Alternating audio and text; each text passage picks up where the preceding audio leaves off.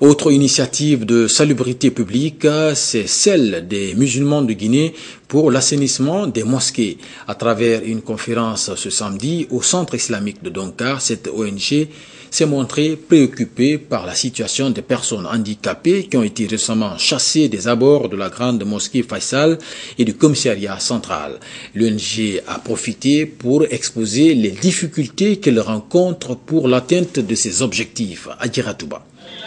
Fondé il y a 27 ans par feu Ansoumane Camara, les musulmans de Guinée pour l'assainissement des mosquées Amgam est implanté dans les 5 communes de Conakry. Cette ONG apolitique s'investit dans l'assainissement des mosquées et des cimetières et assiste aussi les personnes déshéritées. Mais les moyens lui manquent pour parvenir à ses fins. Chacun s'est dit qu'il veut faire quelque chose pour la religion musulmane, pour l'islam. Donc on a initié en termes généraux que ça soit pour l'assainissement des mosquées et autres lieux de culte. On assiste à des déshérités, on assiste à des pauvres. Il y a parmi nous des médecins qui bénévolement se sont rattachés au groupe, qui donnent, qui conseillent à ces désespérés pour leur donner encore un certain espoir de vie. La situation actuelle des mendiants handicapés préoccupe l'Amgam. Depuis qu'ils ont été chassés des abords de la mosquée centrale et du commissariat central, ces personnes vulnérables vivent dans des conditions précaires. Elles souhaitent que leur cri de cœur soit entendu et que des dispositions soient prises. On a reçu votre délégation, mais la délégation qui était venue était de la police. Ils sont venus, ils ont pris notre objet et frappé toutes les handicapés. Nous demanderons au gouvernement guinéen de nous prendre en charge et de montrer à la population guinéenne qu'on doit respecter les personnes handicapées. Parce que nous aussi, ce n'est pas nous, c'est le destin de Dieu. C'est un devoir pour tout musulman d'assister son prochain. Une solidarité qu'a fait ressortir le premier imam de la mosquée Faisal à travers des exemples tirés de certains versets du Coran. Il a convié l'assistance à mieux s'imprégner et appliquer les préceptes de l'islam afin d'accéder à la miséricorde divine. Les musulmans de Guinée pour l'assainissement des mosquées espèrent que la Ligue islamique, l'État et d'autres bonnes volontés les accompagneront dans cette noble ambition. La 31e convention de l'ONG Lions Club International s'est tenue à Lomé, capitale togolaise, du 2 au 6 mai 2012. Une trentaine de pays venus de l'Afrique, du Pacifique et de l'océan Indien ont pris part à la rencontre dont le thème était « Quel léonisme pour l'Afrique en 2017 ». Notre pays, la Guinée, a été représenté par l'ancien ministre de l'enseignement supérieur et vice-gouverneur du district 403A, George Gandhi Faragay Tunkara. De retour de Lomé, ce dernier s'est prêté aux questions de la presse ce samedi pour un exercice de restitution. Reportage Aboubakar Kondé. Les travaux de ce 31e congrès de Lions Club International ont permis d'élire un nouveau gouverneur du district 403A en la personne d'une malienne Mama Tapo. Notre compatriote George Gandhi Faragay Tunkara, lui, en est le premier vice-gouverneur. Il sera gouverneur en 2013 lors de la 32e convention qui se tiendra à Brazzaville. Les 5 jours de débat ont permis aux uns et aux autres de revoir plusieurs paramètres liés notamment au fonctionnement de la structure. Autrefois, pour être membre de Lions Club, il fallait être coopté par un membre. Aujourd'hui, cette barrière est brisée. Quelqu'un qui ne connaît pas un lion peut être doté d'une grande générosité, mais comme il ne connaît pas un lion, il sera incapable de rentrer dans notre association. Donc nous avons ouvert nos portes pour que toute personne qui se sent capable de respecter nos statuts, de travailler dans le sens de notre dynamique, puisse avoir accès à nous.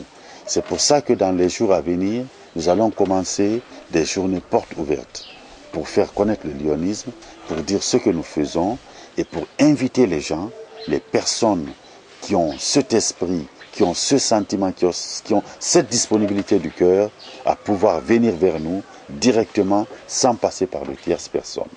La plupart des activités de Lions Club International sont financées par les sociétés, mais à cause de la crise internationale, ces sociétés donnent actuellement moins, d'où la nécessité de réfléchir à une nouvelle stratégie. Nous développions de nouvelles stratégies pour pouvoir avoir suffisamment de fonds pour pouvoir agir.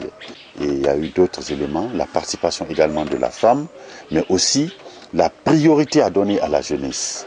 2 projets sont financés en Guinée par Lions Club International, à savoir la formation de médecins ophtalmologues et la formation des élèves de 4 écoles en éducation civique et patriotisme grâce à un partenariat avec le ministère de l'Éducation. D'autres le sont en perspective. Parmi ces projets, très bientôt, s'il plaît à Dieu, nous allons donner un appareil radio à l'hôpital de Pita. Le principe est acquis. Il est prévu aussi des appareils ophtalmo, peut-être pour Conakry. Mais tout cela est en prévision. Les principes sont acquis, nous attendons. Il y a aussi SOS Village qui va aussi se développer ici, où on pourra faire des cases pour assister les jeunes, pour assister les enfants, pour assister les populations dans les milieux défavorisés. Lions Club International est une ONG au sein de laquelle on ne parle jamais de politique ni de religion. La devise, être disponible sans condition à servir les nécessiteux. Venons-en maintenant à cette autre histoire, celle d'une unité industrielle située à Binturaya, dans la préfecture de Koya, appartenant à un groupe d'hommes d'affaires indiens. Cette usine fait de la transformation des grains d'acajou. Toutefois, celle-ci évoluerait dans la clandestinité la plus absolue et les hommes du colonel Moussa Tchebourou Kamara, ayant su cela, ont fait une descente sur les lieux. L'usine en question a été purement et simplement fermée. Mamadou Sadio Baldi, reportage. Des dizaines de jeunes filles et femmes travaillent dans cette unité industrielle dans des conditions pénibles. Sans protection, elles travaillent les mains nues, ce qui les expose souvent à des brûlures. Certaines d'entre elles se plaignent des douleurs au niveau des membres supérieurs et inférieurs. Notre condition n'est pas normale. On n'est pas bien payé et encore on n'a pas de gants, on n'a pas de protèges ni rien. Quand je me couche la nuit, j'ai des maux de cœur. Mon cœur me bat, mon cou aussi, mes pieds aussi, ça me fait très très mal et mes bras aussi sont très très gâtés. Avant-hier, je me suis blessée, je me sens tout ça là au cœur. On nous traite très mal parce que le prix n'est pas abondant, 2250 par kilo. Avant de recevoir les 1 kilo, c'est pas facile. Tu dures avant de gagner les 1 kilo. Après une fouille dans les locaux de cette unité industrielle, les employés ont été mis à pied avant que la fermeture de l'usine ne soit ordonnée. Les femmes qui présentent plus de séquelles ont été conduites à l'hôpital pour un début de traitement. Le colonel Moussa Tchebourou Kamara se dit outré par les conditions de travail de ses employés. Il promet de traduire les propriétaires de l'usine en justice. 1500 francs par jour, 45 000 francs le mois. Tu vas tomber malade, tu vas payer le produit où? Alors qu'on est en train de les détruire à petit feu tous les jours que Dieu fait. Je suis vraiment écœuré, mais satisfait de mes enquêteurs. Les officiers de police judiciaire sont chargés de mener toutes les enquêtes possibles, afin de procéder les procès-verbaux pour que ce dossier-là soit traduit devant la justice et que nos sœurs-là soient vraiment rétablis dans leurs droits. Le colonel Moussa Tchebourou Kamara affiche son intention de saisir le ministre de l'Environnement et celui de l'Industrie pour qu'ils aient un œil sur les unités industrielles basées en Guinée. Les incendies à Conakry, on en reparle dans ce journal. 2 appartements d'un immeuble de 5 étages ont été ravagés hier aux environs de 20 h au quartier Taouya, plus précisément au carrefour ex-transit. Le contenu de ces 2 appartements est parti en fumée. Les coupures intempestives du courant électrique seraient à l'origine du drame. Alpha Omar Bari, reportage. Tout serait parti d'un court-circuit provoqué par la coupure intempestive du courant électrique. L'incendie qui s'est déclaré aux environs de 20 h hier soir dans les appartements du 4e et 5e étage d'un immeuble à Taouya n'a rien épargné. Le contenu de ces 2 appartements est parti en fumée en un laps de temps. Un coup de circuit comme la plupart des Guinéens sont victimes. Moi j'étais arrêté et d'un coup je vois il y a déjà le feu qui a pris ma clim. Bon, d'abord c'était au 4e, ensuite c'est monté chez moi au 5e ici. Il y a eu un coup de circuit, on est sorti en courant qu'il y a le feu qui a pris chez notre voisin, l'immeuble 4e. Nous sommes logés ici aux résidences immeuble tout bas. Donc le courant est parti, ils ont dû changer quelque chose en bas. Peut-être c'est ce qui a fait que il y a eu l'incendie en haut. Le courant a probablement pris leurs choses. Rien n'est sorti. Les victimes d'incendies causés par ces coupures intempestives du courant sont nombreuses dans la capitale. Les sinistrés qui ne savent pas qu'elles s'en sauvent n'ont que leurs yeux pour pleurer. À la base de ces accidents, la Guinéenne de l'électricité, EDG. C'est de dire aux gens de l'EDG de nous aider parce qu'on n'arrête pas de causer des problèmes ici actuellement. Il y a trop d'incendies. Avant-hier, ça a eu prendre notre télé. Aujourd'hui, il y a eu l'incendie chez notre voisin au 4e. Étant croyant, je me remets à Dieu. Et de Dieu, tout ce que je veux dire à l'EDG, ils n'ont qu'à essayer de voir. Leur méthode, ils n'ont qu'à changer ça. Et ils n'ont qu'à... Ils ont fait trop de victimes, trop de victimes. Trop de victimes. Parfois, il y en a qui sont victimes de la mort, des pertes matérielles. Ils savent parce qu'ils ont la conscience, ils savent. Un énième incendie qui relance de plus belle la problématique de la desserte en courant électrique des foyers de Conakry. Et pour terminer, l'invité de la rédaction ce samedi 12 mai est le ministre de l'administration du territoire et de la décentralisation, M. Alassane Condé. Il est interrogé par Mohamed Djibril Kamara. Suivez. Bonsoir à tous et à toutes. Merci de regarder Évasion Guinée et bienvenue dans ce numéro de l'invité du journal qui reçoit pour vous cet après-midi Monsieur le ministre de l'administration du territoire et de la décentralisation qui nous fait l'honneur de nous recevoir dans son bureau absolument somptueux. Bonsoir Monsieur le ministre. Bonsoir. Alors Monsieur le ministre, au lendemain d'une manifestation de l'opposition dite radicale, quels sont vos premiers sentiments? La manifestation qui avait été autorisée par l'État, nonobstant des conditions pas tout à fait réglementaires. Mais pour des raisons, parce que nous, on se considère quand même comme des démocrates. Donc en tant que tel, nous avons malgré tout accepté cette manifestation. Et malheureusement, qu'est-ce que nous avons constaté? On nous avait dit que c'était des manifestations pacifiques, mais ce qu'on a vu au cours de ces manifestations, c'est que c'est des jeunes qu'on a jetés dans les rues, ont pris des cailloux, ils ont attaqué les passants, c'est-à-dire les populations paisibles, ils ont cassé des véhicules, ils ont surtout attaqué les forces de l'ordre, et beaucoup de forces de l'ordre sont aujourd'hui blessés, ils sont à l'hôpital. Nous estimons qu'une manifestation politique qui se dit pacifique n'a pas besoin de cailloux, quelle que soit la situation. Je pense qu'on a vu des manifestations, même ici en Guinée, où les gens ont défilé toute la journée, mais il n'y a rien eu. Et cette fois-ci, nous pensons quand même que ce n'était pas une manifestation pacifique, c'était de la provocation. Mais qu'à cela nous tienne, nous sommes les démocrates, nous sommes là pour faire appliquer la loi. Et cette loi autorise effectivement les manifestations dans l'article 10 de la Constitution. Mais il y a des modalités. Quelles sont ces modalités ? Vous informez l'autorité locale qui informe sa tutelle et après, si vous êtes autorisé de manifester, vous manifestez selon des règles bien précises.